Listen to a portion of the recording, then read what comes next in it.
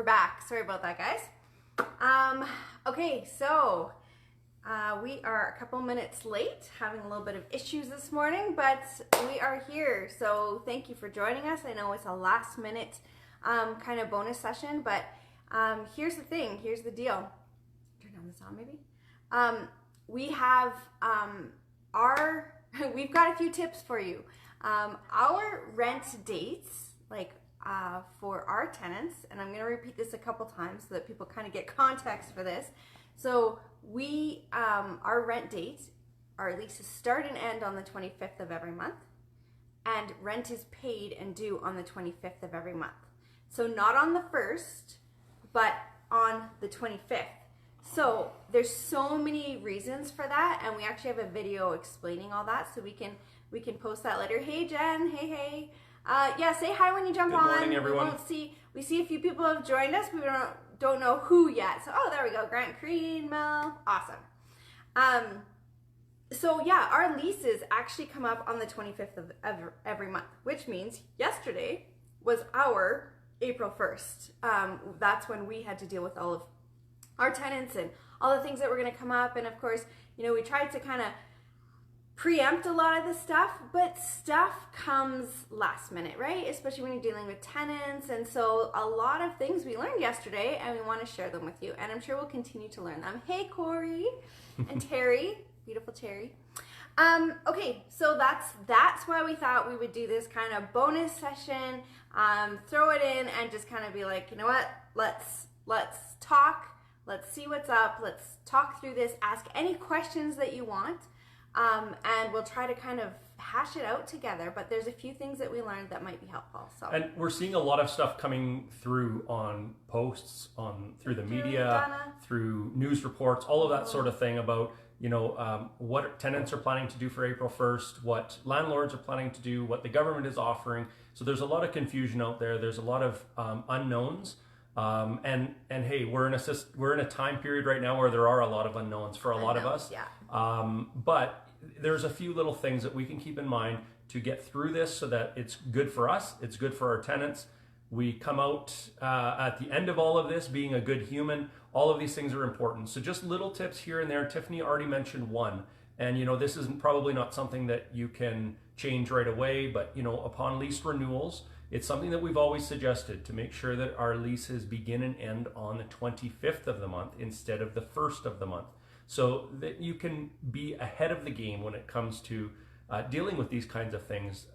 And so that's where we're at, where we were able to deal with some of these things yesterday and today versus having to deal with them in 5-6 days from now when everybody else is. So yeah. Just one tip right there, but we're going to talk about a few more things over the next few minutes about what you can do to preempt some of this to make sure that you're going to be okay during this period.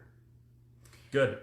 Yes. Okay. So, hey, just want to say hey to everyone because I'm seeing you guys jumping on and actually saying hi, which we love because, when we can actually picture who we're talking to, it actually helps us to be a little bit more, I don't know, like human maybe. Anyways, so hey, Gordon, Denise, and Michael, and Julie, and Ryan, Rachel. So yeah, anyways.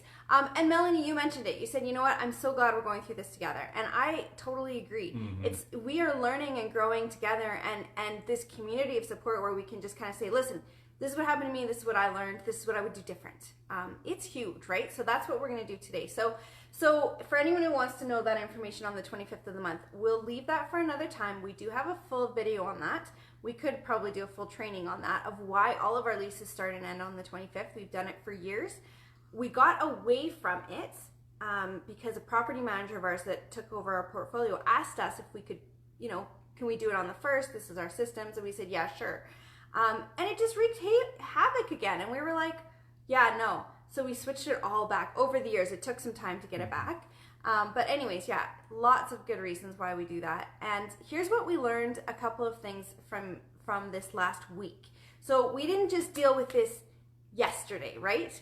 We dealt with this all over the last few days because as rent day is coming up, you don't want to be having these conversations with people starting on the day that you're asking for rent, and they're thinking of you as a landlord, again, not a human being. So this has been happening over the last few days. Yeah, so that's why we thought we'd jump on right now, because you guys still have a few days before the first comes. I mean, we still have, 5 days or so before the first comes. Yeah. And so, there's a little bit of time to do some prep, to get things in order to make sure that this runs as smoothly as possible. Okay, so hey, good morning, Todd. I see you jumped on.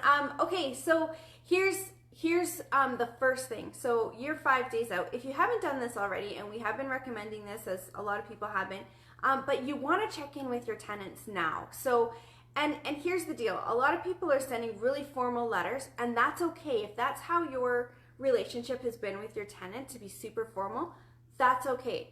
But what I have found has been working for both me and our rental agents is, when we have a relationship with someone, just keep that relationship vibe going. So, we're saying to people, hey, Luke, good morning.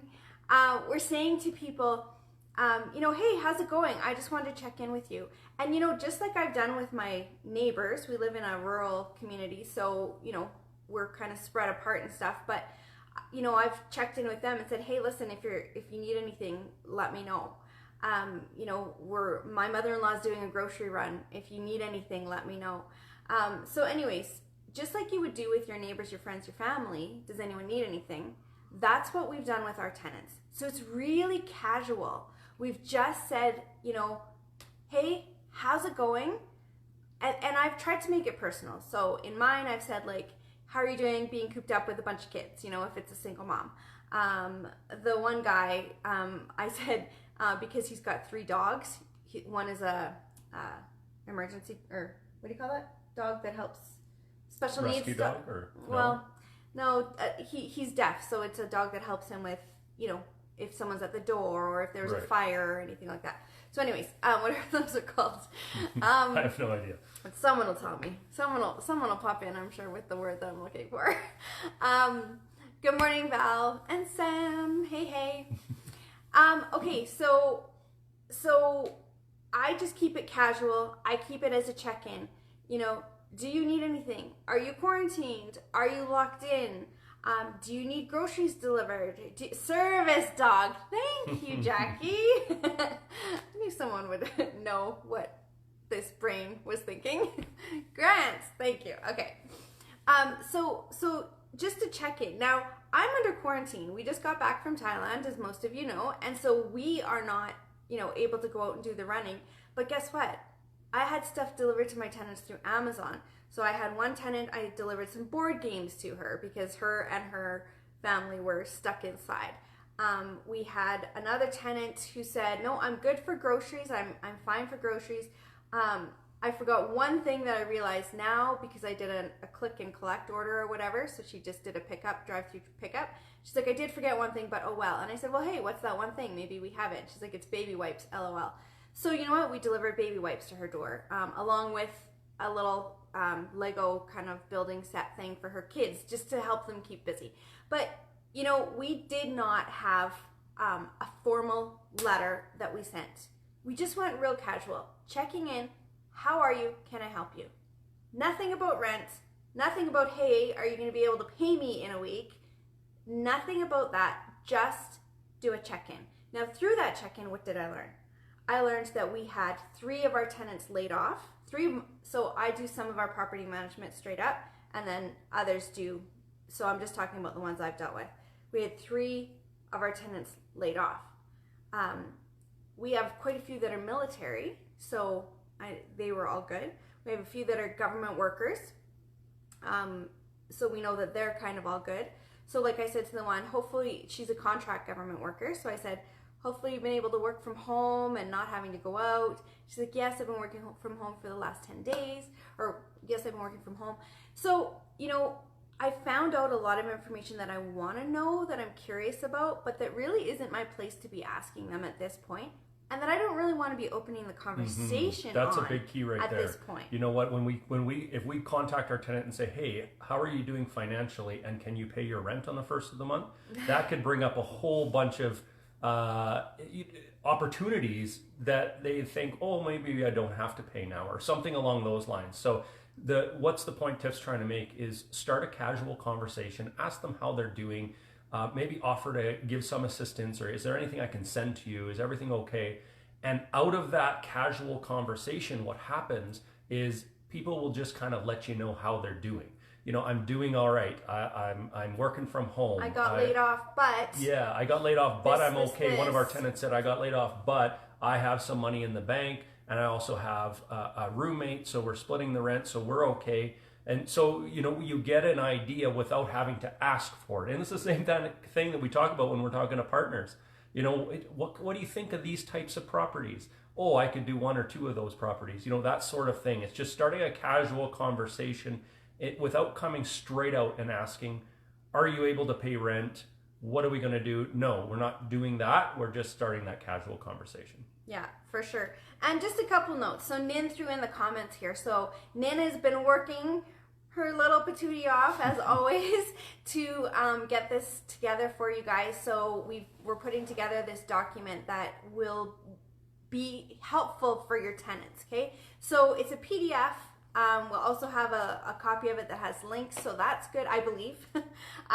But we do have one that has links, so we can always share that. But the idea is that we want to give to our tenants resources, and that's up on our list of things to do in a minute, but that we will be posting something that you can share with your tenants after this that we would have found helpful had we been doing this, had we thought about it earlier before actually having gone through the process. So I just want to hit up some of these comments because I've said if you guys have any questions. Awesome stuff, guys. By the way, some of the ideas, Sam, I noticed Jennifer, I noticed I can't remember the name now, but you guys are doing, you know, dropping off furnace filters or doing something to help them, or dropping off certain things to checking in with them. I know Jennifer mentioned something as well. I can't remember what it was. But yeah, just touching base, guys. You're doing the right thing. Just touching base, being casual about it, helping them out, giving them a leg up one way or the other, even if it's something really, really small, like a little Lego set that Tim's talking about, or dropping off furnace filters because, you know, maybe this is the time of year they're starting to run out, or maybe they can't go out and get something. These are the little tiny things that don't cost a lot of money, but create that good relationship and that good feeling. I sent a $12 book to this one tenant that I've been talking to, and she was like, I'm going insane. My kids are sick. We're quarantined. She's like, I quit smoking a few years ago, and I feel like starting up smoking again, which I think she actually did. But anyways, I sent her this book and some toys for her kids that's called Breathe Mama Breathe. And a friend of mine recommended it to me, and she said it's like these 5-minute take a break sessions. Stupid little things, but listen, for $12, you know. And this is the thing too, is I've gotten more hearts back from my tenants. I don't really have a heart relationship with my tenants. It's, you know, awesome, good job, nice, great, have a good day, like, you know, that kind of stuff. And I've gotten so many hearts back in a text. So anyways, all of this stuff is coming around to, you know, check in, be a good human, offer, be kind, doing what you can do to help them, truly help them in whatever ways that we can. Like, I'm quarantined, so there's only so much that I can do. But there are little things that I can do. So, Denise, I gave up drinking. Maybe I should start. No, don't. No. Okay, so. And you know what the cool thing is 6 months down the road, or when that lease renewal comes up again, or you know, let's look 6 months down the road, and they look back. You will go farther with that $12 Lego set, or that $5 worth of furnace filters, or whatever it is that you end up giving to your tenant at this point in 2020, when we're going through all of this stuff. They're going to remember that way more than if you said, hey, this month only pay half a month rent, which could cost you $500, $600, $1,000. They're going to remember the $12 Lego set, and that will affect them way more and create that better relationship than any amount of money will do.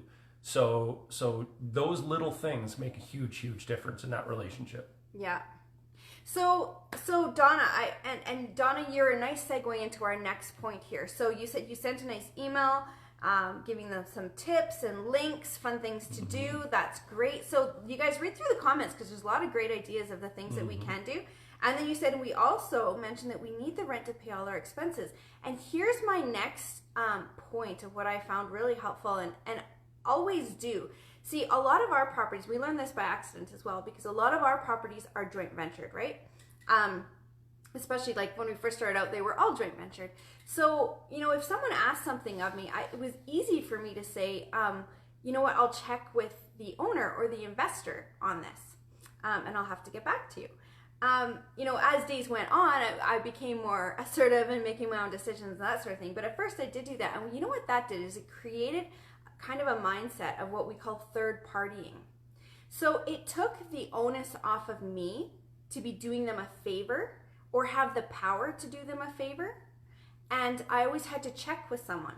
So now if it didn't work out, if I couldn't do what they were asking them to do, I was not the bad guy. I was still a good guy that was working for someone else.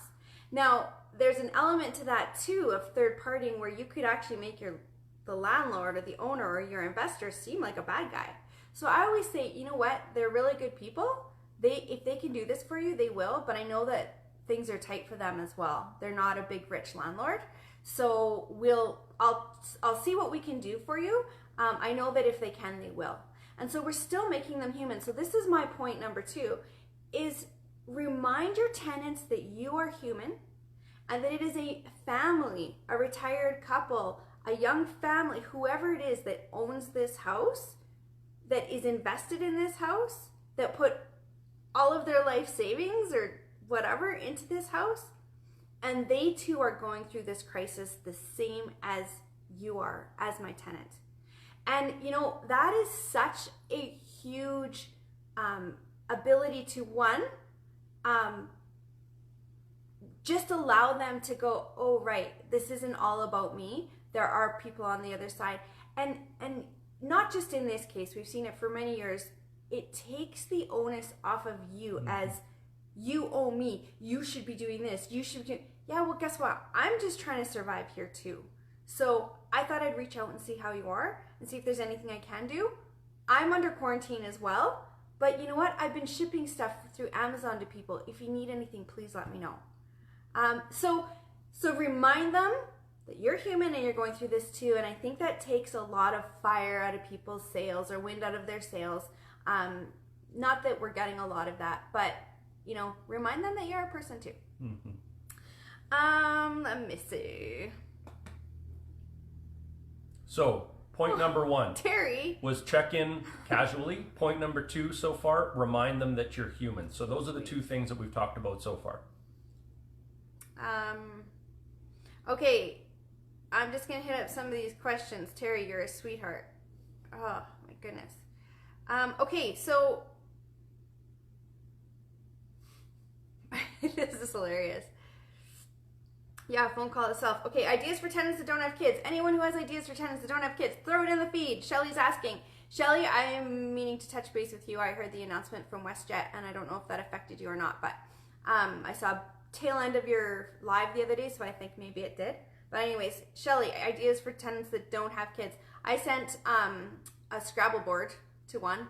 I don't know if they like Scrabble or not, but they're just a couple. So I sent a puzzle to an older lady of mine. She's a sweetheart. She was like, just wanted to let you know you don't have to worry about anything with rent. I'm like, oh, she's so sweet. But anyways, so I sent her a puzzle. Anyways, thank you, Terry, for the sweet comments. Okay, I think that's it for question. Oh, no, Andrew, in Ontario, would you send out rent increase notice for 2.2% down the road? No, Andrew, I would not send out rent increases at this point. I wouldn't suggest sending out rent increases, period. And I would not plan on doing that for 2020. That's just personally what we would not do. I could foresee rents starting to come down across the country over this next year. So we need to be prepared for that. And that's why when we're buying properties, we buy cash flowing properties where we have that room where we can lower it if need be. But I would not be planning to do any rent increases. Now, if you're able to, fantastic, good for you. However, that would not be my plan. And so I wouldn't be sending notices. That's just us personally. And here's the deal. If you, lots of us get set in our minds, okay, well, I planned to get $1,800 a month out of this property. That was my plan. That's what I need on paper. But here's the deal. At the end of the day, $1,800 a month for 9 months out of the year is not going to help you as much as getting $1,700 a month or $1,650 a month over the next year. So, try to think of your portfolio in terms of annually. So what is it going to cost you if they do leave? What is it going to cost you if they give you notice and are gone and you can't fill that, or you can't even get it cleaned right now? A lot of cleaning companies are closing down. What is that going to cost you?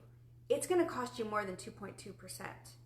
So as much as we have the right to do it, and we could go on the whole like, oh, be a good human if you can afford. Well, not everyone can afford it. Some of the landlords out there need to get just to break even at this point. But at the same time, getting your numbers to a monthly number may not help you at all. It's going to cost you more, in our opinion, than 2.2%.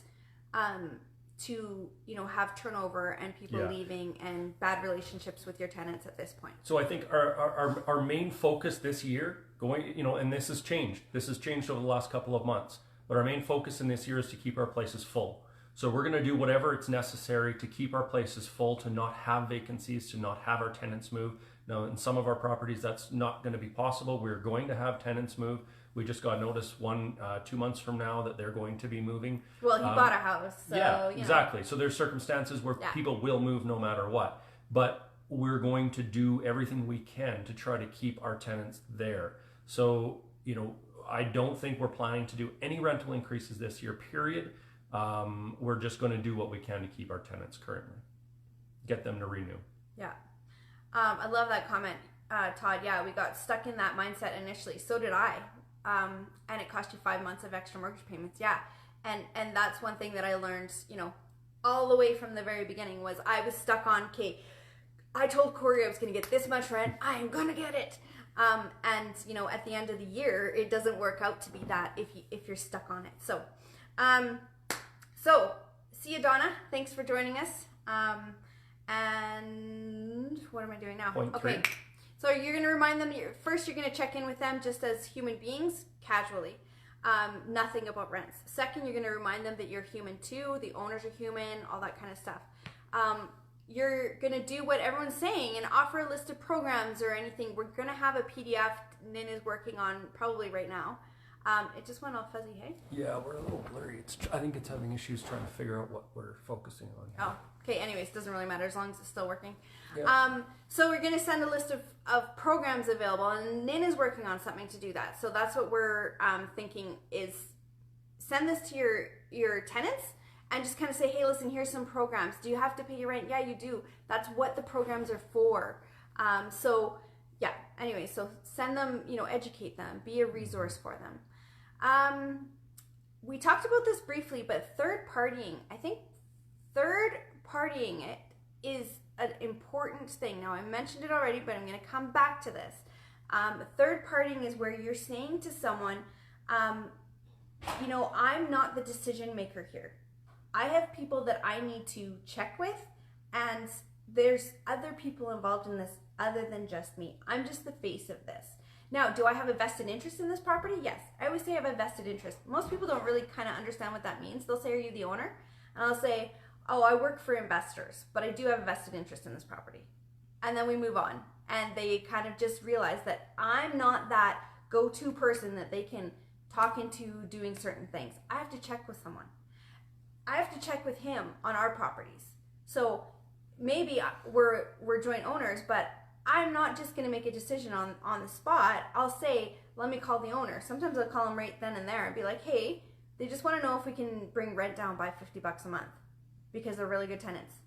No, that's our expenses. Yeah. Okay. We can't do it. Okay. Thanks. And he'll be like, okay. Thanks, now let's bye. be clear. She does make all the decisions. It doesn't come down to me. However, what's the point? The point is from the perspective of the tenant or the person that she's talking to, they now have in their mind that Tiffany doesn't make all the decisions. People know, tenants know just in 5 seconds by meeting Tiffany that she's a bleeding heart. And so they know that, okay, if I cry or if I do this or if I tell my story, Tiffany's going to do what she can to help me out. So they know that kind of thing just by meeting Tiff, which is a great thing, which we all love. However, Tiffany, the way that she, yes, you are. You do a very good job. But the way that she now gets around that is that she now third parties it and puts the answer to their question on somebody else. And so whether that's your husband, your wife, your partner, your JV partner, it doesn't matter who it is, your property manager, you have to ask somebody else to get permission to do that. That takes the onus off of you. So that's what we call third partying. Very, very important right from the beginning to make sure that if your tenants know you are the owner, which we don't suggest them finding out, but if they do know that you are the owner, that you have somebody else that makes these decisions and somebody else you have to rely on. So it's not just you.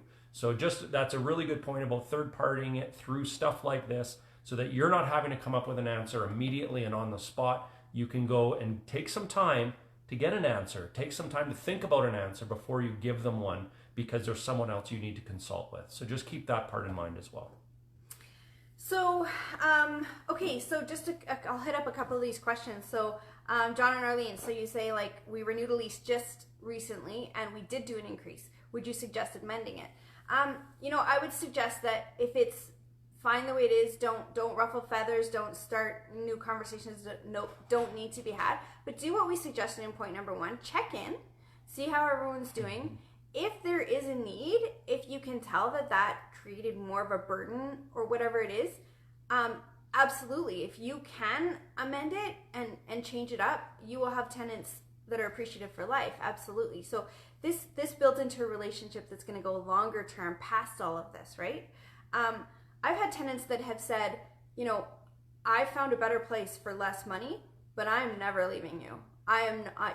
You are my, and we've had them for 6-7 years because they don't want to go anywhere, which is a long time in our market because our market turns over quickly.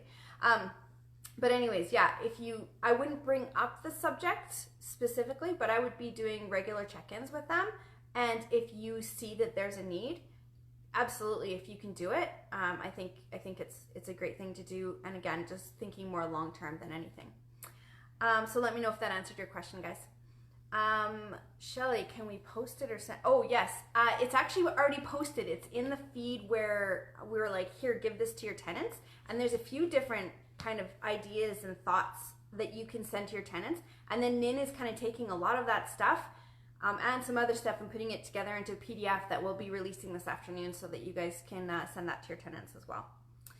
Greg's asking any suggestions if you've already contacted your tenants. And it looks as though everything is going okay for April, Greg. That's fantastic. I would be checking in with our tenants every once a month for sure, going through the next 3, 4, 5 months. Just checking in again, making sure that everything is okay, especially if you have a bit of a gut feeling that there might be an issue there, or you did find out that somebody has been laid off. I would check in on a regular basis and maybe go back to what we talked about at the beginning, sending a little $10 gift or a little, something small, just again, creating that strong relationship so that if they do run into a problem, they're going to contact you because they want to contact you. They're going to contact you out of what's the word? Not trying to get out of paying rent, but they're going to contact you, giving you a heads up more than anything. So creating that strong relationship is so important. Yeah, for sure. Okay, I think that's all the questions. If you guys have questions, if you guys have a situation right now that you're dealing with, do we know the answers 100%? Probably not. Pretty unprecedented for all of us, but can we hash it through together? Absolutely. So throw it in the feed. You'll get other people's perspectives as well as ours. So feel free to ask your questions. That's what we're here for. Because this is not a Tuesday training and we haven't, kind of got a 60-minute commitment to this, we're going to go until you guys, all of your questions are answered. So we have 1, 2, 3 more points to go on just in how to deal with your tenants on this, what we've learned. So for those of you that have just joined us, our leases start and end on the 25th of the month. So yesterday was our April 1st. So we learned a few things that, helped us along the way, things that we did before. And then yesterday, dealing with people and kind of getting through their issues and talking with people, we learned a few things. So we're sharing those things with you today because you have a week to start getting ahead of this for your April 1st. So one thing that's not on the list, but we should talk about briefly is how we actually deposit our rents this month. So this is a little bit different. We've never been in this situation before, but we are under quarantine. Okay, so if you're under quarantine, how are you going to get those rents deposited?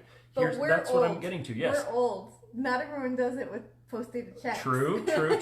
Okay, We well, do some things of our old in that way. Interact transfers or some, there's other ways of doing it. However, if you still are depositing checks, the banks are actually closed. So what we've done, because this month our checks were with our bookkeeper and she was going to deposit them. Because we're supposed to be in Because Thailand we're supposed to be in still. Thailand still.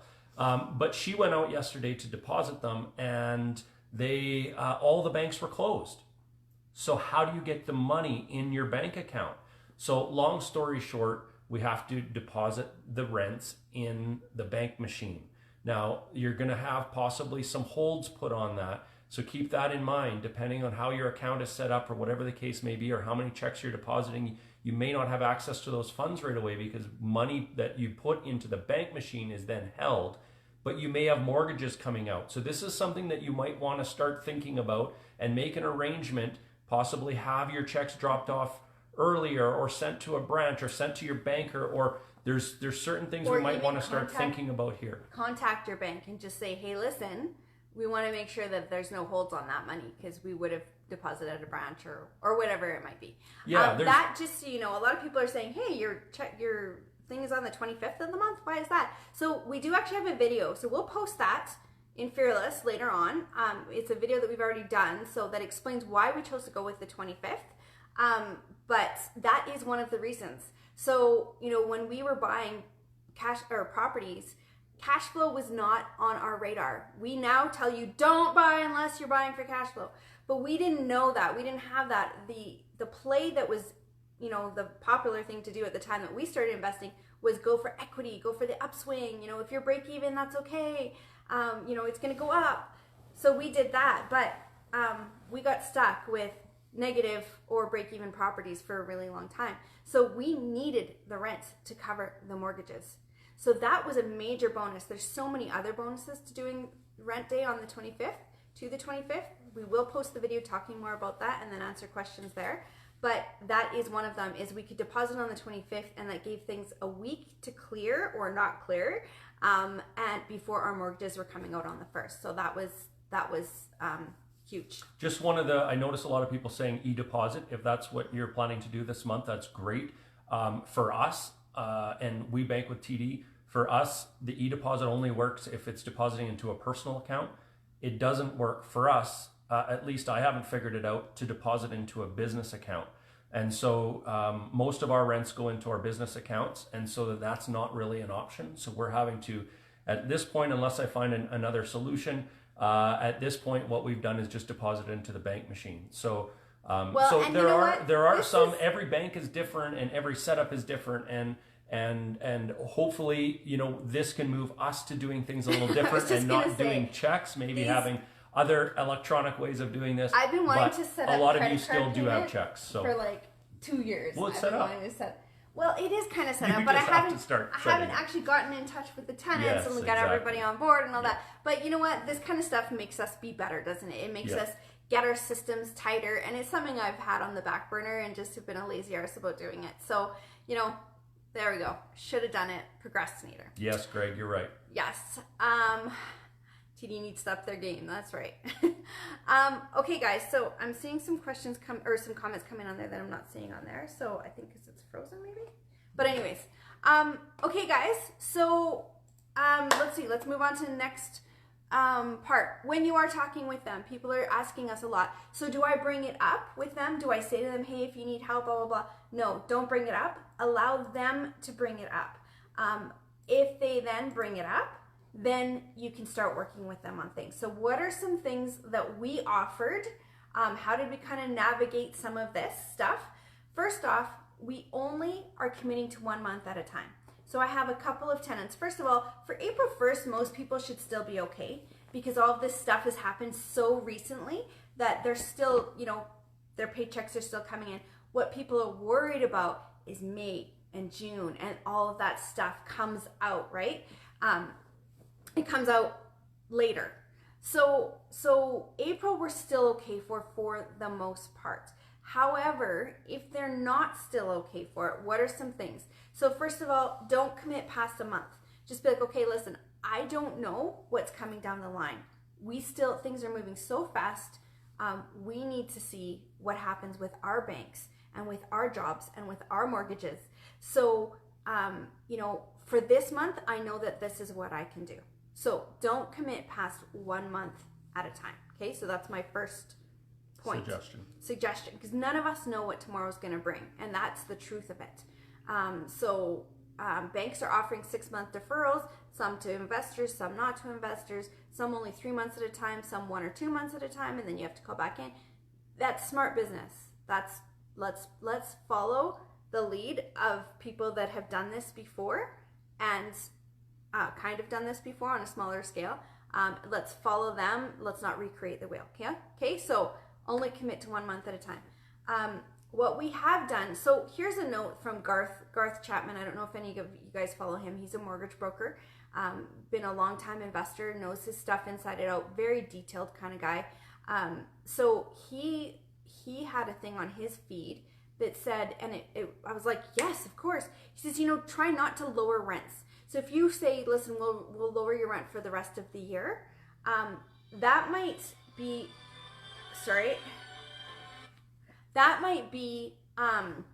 something that makes it difficult for you to refinance that property if you're going to be refinancing it, because your lease amounts, your rent amounts are part of what determines how much money you're going to get out of it, right? So don't lower your rents, but more offer, like, some things you can do is say, you know what, for next month, we'll just take half a month's rent. Now, on an annual basis, that probably equals out to if you just lowered their rent. It's the same dollar value, but instead of changing their lease to show a lower income coming in, you're just going to give it to them in a lump sum, or maybe, a little bit off for the next 3 months or whatever it might be. So however you decide to do that, if it's absolutely necessary, what Tiff is saying is, instead of going from 1,000 down to 950, what we could do is keep it at 1,000, but send them $50 back. You could do a rebate type of thing, or you could do a lowering rent of one particular month if necessary, or you can do whatever, but keep that lease at 1,000 if you can. Keep that amount as high as you can, because that only helps you down the road. It helps you when it comes up to renewal time. It helps you if you need to do a refinance, and so we want to keep those as high as we can. Like we did say, if it's absolutely necessary to lower it, we're going to end up doing that if that's what it takes to keep a tenant. But there's little workarounds sometimes by giving maybe a rebate or back each month, or by giving a break 1 month out of the 12, or whatever the case may be. We want to try to keep our tenants in this year. In 2020, let your focus be, we're just trying to keep our places full with the tenants we already have, if that's possible. Okay, let's see. I think this is mostly comments. If I missed a question, please let me know. The only question that I see here is from, where was it? Andrew, I think? Yeah, Andrew, any idea of aid programs for international students? I don't know of any myself, but if anyone does know of any, just, give Andrew a hand and throw it in, reply back to him if you don't mind. And, yeah, if anyone knows of anything, that would be great. Great idea. Sam just said put an addendum with a set term as a 3-month seasonal discount. Yeah. So that's a great idea as well. So yeah, that goes right into our last point. Yep, go for it. Okay. Get it in writing. Get it in writing. Mm-hmm. So we're not just going to make all these agreements on willy-nilly, agreements. This is legal stuff. This is a contract that needs to be amended. How you do that it's up to you. You can do it all kinds of ways. Like Sam said, and a nice, easy way is to do an amendment to the contract, and basically says this is an amendment to this contract or addendum, that was signed on this day between these two people, and here's the change. And so you can have, like Sam said, a seasonal discount. You can have lower rent for 3 months. You can have half a month rent free. You can do whatever is working for your people.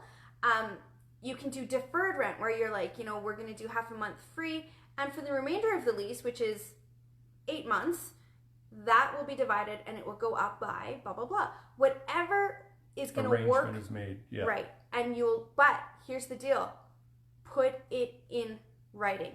If it ever goes to a tribunal, if there's ever a dispute, if your tenants even forget what you agreed on, if you think you said one thing, but really you said another thing, or they heard another thing, and vice versa, you don't need any more issues, emotion, drama. You don't need any of that right now. So be really clear. Just be like, if there's an agreement, just be like, yeah, for sure. You know what? I'll get that set up. I'll get it up. I'll get the addendum or the amendment to you or whatever, the addendum to you. And then once we have that signed, we can all sleep better. Like in other words, make it really clear that this isn't official until we have this in writing. So that's something, that's really big, and I really want you to don't miss putting the T, crossing the T or dotting the I on this one. You need it in writing, and it needs to be signed. And just make it clear that until that's done and signed, this really isn't an agreement, because you can only, and just say to them, you don't want to have to, like, if I got hit by a bus tomorrow, you don't want to have to take my, word for it. You want this in writing, and so do I. And so, yeah, it works really good. Corey, my rentals are all short term. Any suggestions for how to approach the companies we rent to? What can I offer to them to continue to have rentals coming into our properties? Okay, let me read this from here. Or attract, yeah. Or attract new rentals. Should I convert to a long-term rental? Yeah, Corey, good question. Oh, right, and you're up in, your stuff is up in like Dawson and Fort St. John, I think, right? So, okay, so. Drayton Valley, I think. Oh, right, and then Drayton, right? So, short-term, how to approach the companies we rent to. So I think you're renting to companies that then put their guys in. I mean, if they haven't said anything to you, I would, especially with companies, I would probably leave it. You're in natural gas, which isn't going to be affected as much by the oil prices. So you might be in a little bit of a safer spot. I would, with them, I would be a little more formal. If I am going to check in, I would probably check in and just be like, hey guys, with all the changes that have recently come, actually, I don't know that I would approach them, the companies. Would you? Yeah, if it was a company, I might just leave it. Yeah. It's a little bit different. You don't have that personal connection with them anyways. I would just probably leave it until they contact you. Unless you've already heard or you have some feelings like they are not going to be able to continue, or they're going out of business or something along those lines. At that point, I would definitely be getting in touch with them. But unless you have that, you might just want to stay, you might just not want to breach that topic with a company, with the situation that you have set up. But if you do run into issues, if you do run into, they're not going to be having anybody, they're not going to lease it anymore, whatever the case may be, it might be the time to switch those over to long-term rentals.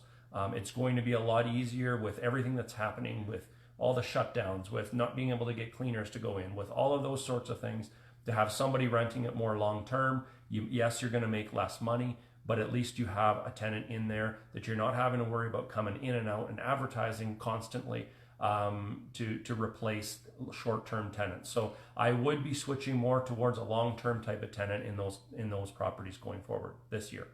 Yeah, and I'll just add to that. So Corey, we also have one that's been rented by a corporation. It's been sitting empty. No one's been in there, and now no one's going to be in there. So now I need to find a new tenant for it. So what am I going to do with that? There's a few things that I have planned. Now that's just happened in the last couple of days as well. So I haven't actually done this yet, but this is my plan, and I think it should help and work. So I'll share it with you. First of all, if you don't want to convert over right now, short-term leases, or Airbnb type stuff, short-term corporate rentals, the big concern with those is people don't want to be going in there, thinking that there's someone in there and that there may be virus anywhere. So the first thing is I'm changing all of my advertising, my headlines, the body of it, and I can share that with you once I get that done. It's on my list of things to do today. But I'm changing it all to say safe place to quarantine. I'm being very clear in the body of it that, listen, I usually get this much rent for this place. I am putting it down to this price because people need this and we're in this situation. So I'm being clear that I'm not like trying to take advantage of anyone, and I am giving a break on rent for it, but I'm changing my advertising to local renters. And I heard that on that COVID crisis plan. The other night. There was a gentleman that specializes in Airbnb. I didn't know him, but he said that too. He said, change it to a local, look for a local. You're no longer trying to attract, at this point, people traveling from outside of your area. You're looking to attract people that live locally, need another place for whatever reason, all that kind of stuff. And there's a lot of people right now coming back from other countries that have to, or whatever the case, they have to quarantine. And maybe the house that they live in, there's other people there that don't have to quarantine. But if they go into that house, and now everybody has to quarantine. So, they're looking for places to spend the next 2 weeks, or to spend whatever, to quarantine themselves without having to inconvenience the people that are already living in their house. So, offering these short-term rentals. Now, these are short-term. These would only be a couple of weeks type of rental. But offering them, if we have a place open or vacant already, that is just another avenue that maybe we could put in our advertising. But also be very clear with them. So I have a couple different cleaners, and two of them have sent out emails saying the cleaner that we use has been proven to destroy COVID, blah, blah, blah, blah, blah. And they have this whole write-up on it. So my plan is to take that write-up and put that in my ad and say, this is the cleaning product that is being used, blah, blah, blah. The one that I have has actually been vacant. No one's actually been living there, even though it's been rented to someone else. But to put that in there, sanitized place to quarantine, home away from home, whatever it might be, to kind of say, but then be clear, I'm not taking advantage of the situation. Yeah, you have to pay for it, but I am giving you a break, and here's why. Because we're all in this together, and we are, Great point by Shelley. Maybe focus on frontline workers. We can't be near our families, or our families need to be away from us. Exactly. So these are sleeping in garages. These are places that people actually need. Yeah. So my brother-in-law, if we have a vacant property, absolutely, this becomes an opportunity for us to help others, to be a good human, to help out those ones that are stepping out and putting themselves at risk. To help out others that are like Shelley, for example, getting people home. Absolutely amazing what a lot of people are doing right now. So if we have a way that we can help them out, let's do it. Let's take advantage of it. Yeah, and Corey, the other thing is in your area, because there's a lot of camps around you. There's a lot of those camps can't be open right now. And when things do go back, there's a lot of people that aren't going to want to be in camps. So having private spots for it in your area particularly might just be a great option for people. So I wouldn't go over to a long-term rental quite yet. I would first explore some of those other options. I think that you're going to be okay up there. But that's just an opinion. That's just an I think. I don't know.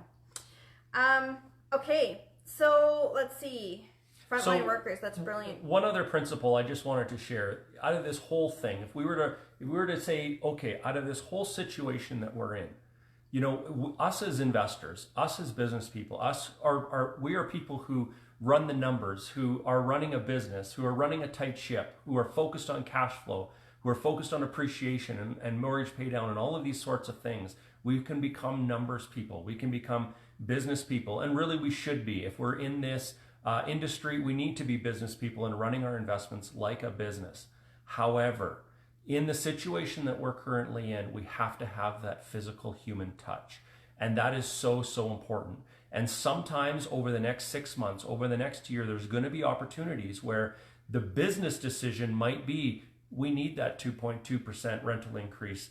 But the human aspect is that 2.2% increase is not actually really going to make a difference for our bottom line, a huge difference. So, but if we don't do that and we keep a tenant in and we're helping those out and we're offering our properties for available for quarantining, or we're doing all of these extra little things, sending these gifts, which yes, they cost us a little bit of money, but they keep that relationship strong. Our focus in 2020 should shift a little bit from numbers to what can we do to create strong relationships? And that is with our GV partners, but that is also with our tenants, and that is with the people that we deal with professionally, the cleaners that come into our house, or clean our properties.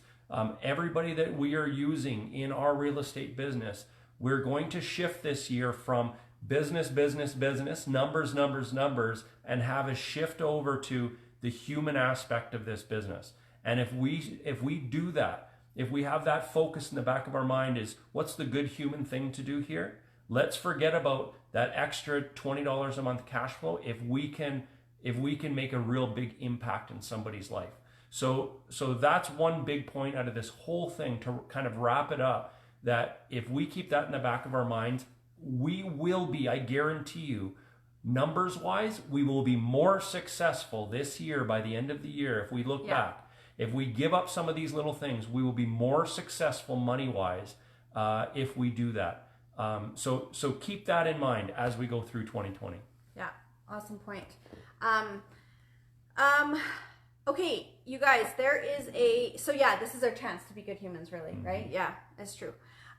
There is a poll in Fearless right now in our group that I am just really curious to see, because a lot of tenants are there's this, don't pay rent thing, and landlords are rich and blah blah blah. But you know what? We deal with landlords all the time. We deal with investors all the time, and I would say at least half of us as investors are breaking even or less.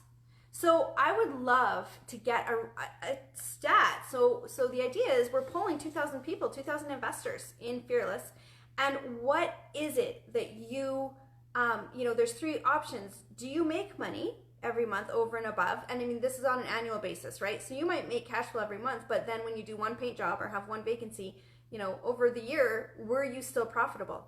Is it, are you making money? Are you breaking even? Or are you losing money every month? And I would love to get a stat. So if you guys don't mind doing that for us, throw in what is it that you get. And I just want to get a feeling for where we're at.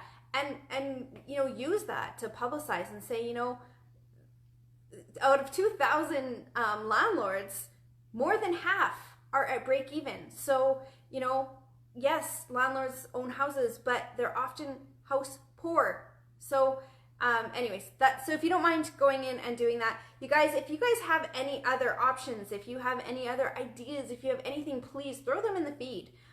We want to help each other. We want this to be a time where we all band together. So if you're finding something successful, questions that have been in here, please, please check in and please let us know. And it's just good.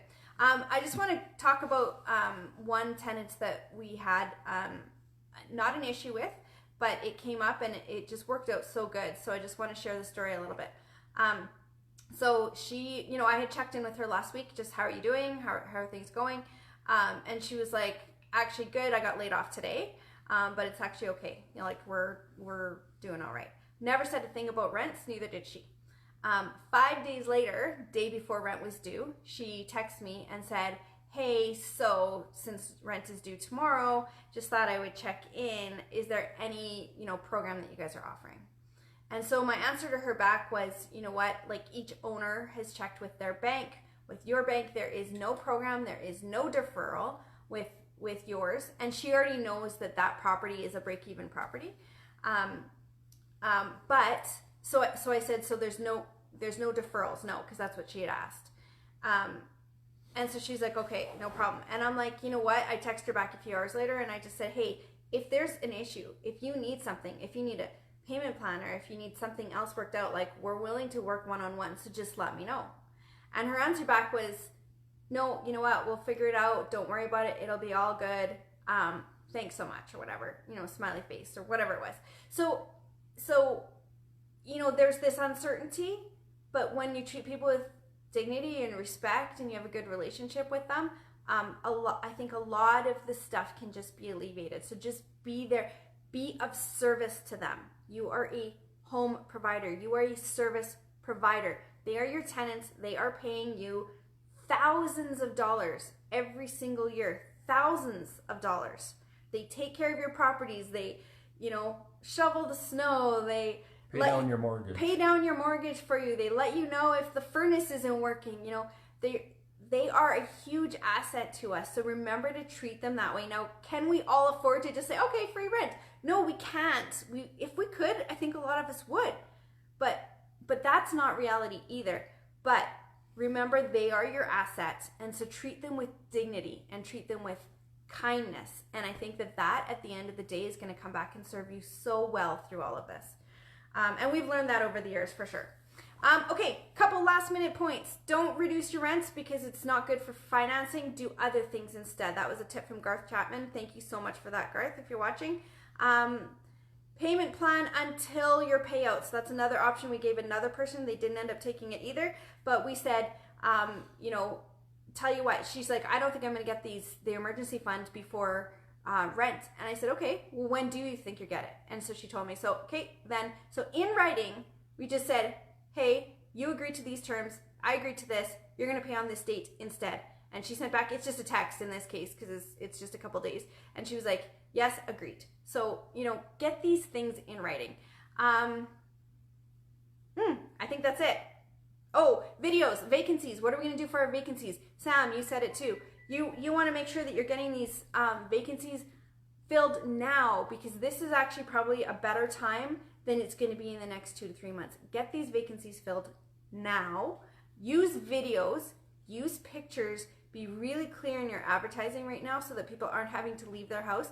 It's those that stand out right now that are really going to have better results. So and on that line, if you do have a vacancy right now and nobody is in there and you are looking for a tenant, have a photographer go in or even you go in yourself and take a video walkthrough of that property. Yeah. So this is our opportunities when you have going forward from this point on.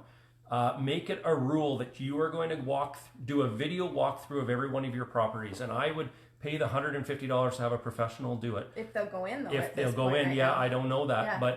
But do a video walkthrough because a lot of the walkthroughs that we're going to be doing going forward over the next few months, and who knows if we're going to be in this situation again? Who knows if we're going to have a second wave of this? The point is if we can now share that video walkthrough with people, that will give them a lot more information than just pictures. So I would definitely focus on that. I got one of our tenants to do that because he's leaving. He bought a house. And so I said, hey, listen, so that no one's coming through your home and so that, they're not having to go through yours either. Can you send me a video walkthrough, please? And of course, everyone's really compliant right now too. So, he's awesome. But anyways, use video. Be clear in your ads. Make sure to say things like, we normally rent this place for this, but we're renting it for this instead because of this. We're trying to be good humans. We're trying to help out. We're trying to this. We're trying to that. There will be a PDF this afternoon of something that you can send to your tenants, just a quick breakdown of some of the programs that are helpful to them. But yeah, if you guys have issues or problems, we're in this with you, okay? Our portfolio too is going through the same things that yours are. We're figuring this out as we go. Throw it in the feed, put a question in Fearless. We'll try to brainstorm it with you and hash it out. So, thank you guys for being a part of this group because us as a group has way more power than if we were all doing this individually. And we found points from a lot of you in the group and a lot of others that have made posts and suggestions on how to deal with things. So we can all learn through this whole process together. And so when we're running into issues, when we don't know what to do, or we've now done something that worked tremendously well, let's share it within the group so that we can all learn from it. We can all get through this. Okay. Super good. Sorry, hon. Okay, so quick review. Check in now. How are you? Be casual, nothing formal. That's our recommendation. Second, remind them that you're human too and you're going through this too and that you're not necessarily a rich landlord that can just do, free rent. Sure, no problem. Offer to send them a list of programs. Third party it. Remind them that you have people that you're accountable to. That might be your family. That might be making sure that you guys don't go under too. So third party the responsibility, but try to let them know you'll do whatever you can. Let them bring up any rental discounts or any issues that come up. Let them bring it up. Don't bring it up for them so that they just have an easy in. Only commit to 1 month at a time. If you do make agreements for things, tell them we'll just have to wait and see approach. But don't commit yourself to anything too far down the line. And get it in writing. Be really clear what the agreement is, who it's between. Get it in writing.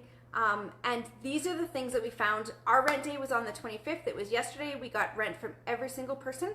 There isn't anyone that is outstanding. And do we have people that have been laid off? Absolutely. Do we have people that are in a precarious situation? Absolutely. But did it work out? Yes, it worked out because of some of the things that we did, but also because people are just really trying to be good humans right now too out there. But here's some of the things that we learned over the last week. Your April 1st, your rent day is coming up in a week. Take these steps to get things in order, and hopefully it'll go smooth for you too. So we just want to share with you guys what we learned on our rent day for April's rent.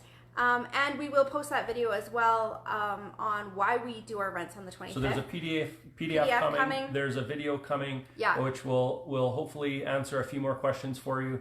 And there we go. All right, guys. Thanks for joining us again. Yep. Thanks for being a part of this. And let's rock it out over the next month, helping each other out. Yeah, we're here for you guys. If you guys have any problems, questions, you know where to find us. Oh, you're welcome, guys. You're welcome. Take care.